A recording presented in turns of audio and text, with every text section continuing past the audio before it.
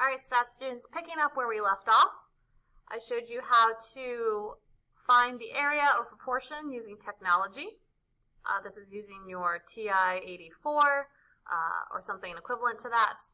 It's different if it's not a TI calculator, so hopefully you have that one. Let's go through an example together, nice and slow. So the distribution of ITBS vocabulary scores among all Gary, Indiana 7th graders. So we already talked about this distribution in a previous video. We said that this distribution was approximately normal. Remember, it's important to have approximately in there as well because very rarely is data truly exactly normal, so approximately normal. With a population mean of 6.84, that's like the grade level. Okay, so 7th graders have an average grade level reading of 6.84 is like a grade, and then a standard deviation of 1.55. We want to know what proportion of these 7th graders have vocabulary scores that are below 6th grade level. So the first thing we're going to do is we're going to draw, and we're going to sketch out a normal distribution where the horizontal axis is labeled and scaled using the given mean and standard deviation.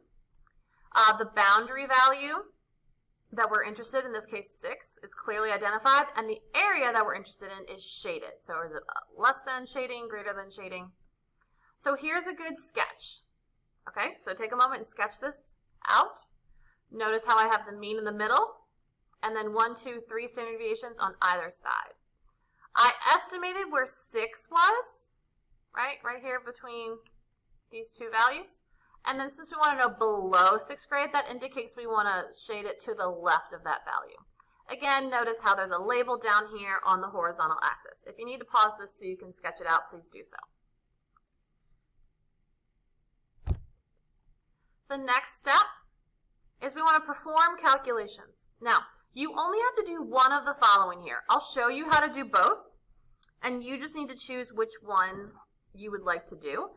I want you to be aware of both, specifically because you might often see on multiple choice questions one method that you don't typically do, so you should be well versed in both of them, but you only need to show one of them.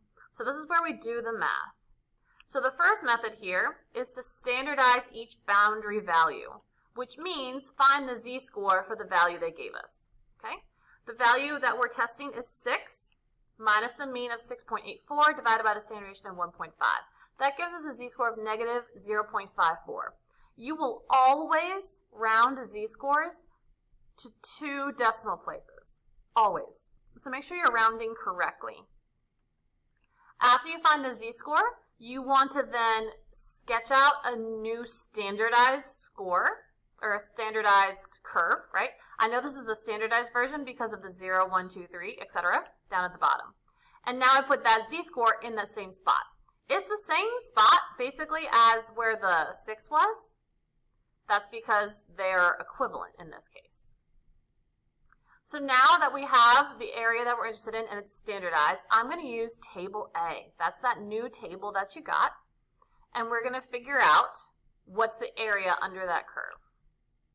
So we look at our little section of the table. So I'm going to go to negative 0.5 and then over to 4. So there's this negative 0.5 and then the 4. So that shows us 0.2946 is your proportion.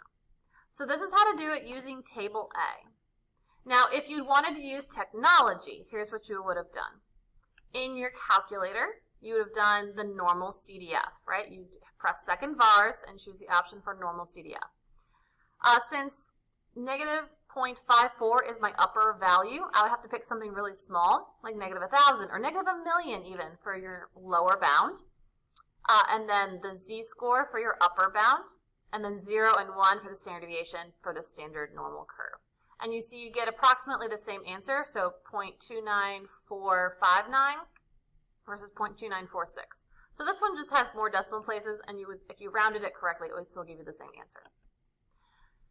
If you didn't want to have to standardize it first, the other option is to use NormalCDF from the get-go, but instead of putting in the z-score and 0 and 1 for your mean, you would just put in the values that you have. So notice how 6 is here, 6.8, and then 1.55. Here's a little bit of a bigger view. The way that you would record that work is by writing this on your paper, okay? If you're using, it's called like technology speak or calculator speak, it's permissible on the exam. However, you just have to make sure you label everything so they know that you know what all the numbers mean. So having the lower value labeled, the upper value labeled, the mean labeled, and the standard deviation. If you want to write it like above or below the number so it's not quite as long this way, that is also fine. Okay. The final thing is to make sure that you answer the question that is being asked. So in this case, it wanted to know what proportion of 7th graders had vocabulary scores below 6th grade level. We would say that we estimate that about 29.4% of Gary, Indiana 7th graders' scores fall below the 6th grade level on the ITBS vocabulary test. Notice how there's lots of context in there. It's very clear. Even if I didn't read the problem, I know exactly what the question was based on how I answered it. A little bit more about using the table, if you're preferring to use the table A as opposed to the calculator. So let's do an example. This isn't on your notes, but I'm going to walk you through it. Find the proportion of observations from the standard normal distribution, meaning the standard normal distribution with a mean of 0 and a standard deviation of 1, that are between negative 1.25 and 0.81. So the first thing you want to do is you want to look up the area to the left of 0.81. We find that's 0.7910. Then you want to find the area to the left of negative 1.25. Again, you just look those values up in the table because the table always tells you the values of the area to the left, right?